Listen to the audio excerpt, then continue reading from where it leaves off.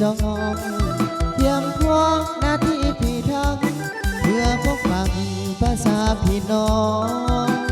เพื่อคนลาวทั้งพ้อง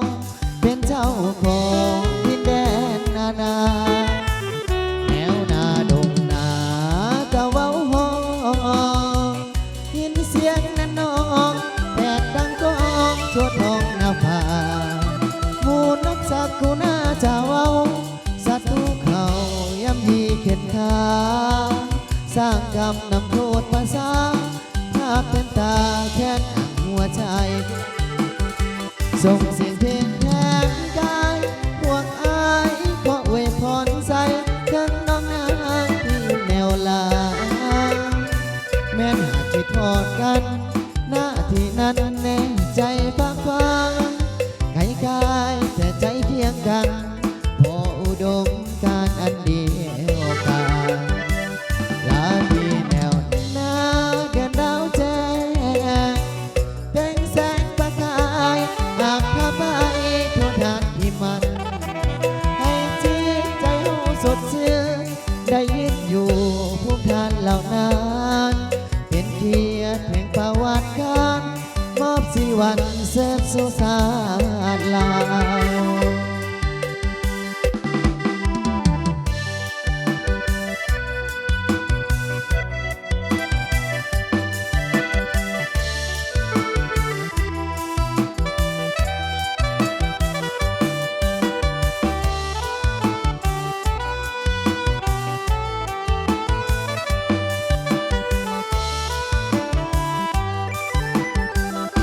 เสียงเพลงแทนกายพวกอายขออวยพรใส่ทั้งน้องนางที่อยู่แนวลา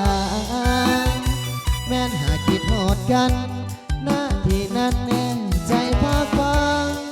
ไกลกายแต่ใจเคียงกันพออุดมการอันเดียวกันลาที่แนวหน้าเดือนดาวแจ้งเพลงแสงประกายไปจนทันที่มันให้จิตใจเฮาสดชื่นได้ยินอยู่ภูมิทานเหล่านั้นเป็นเกียรติแห่งภาวะการมอบสีวันเสริมสุสานลา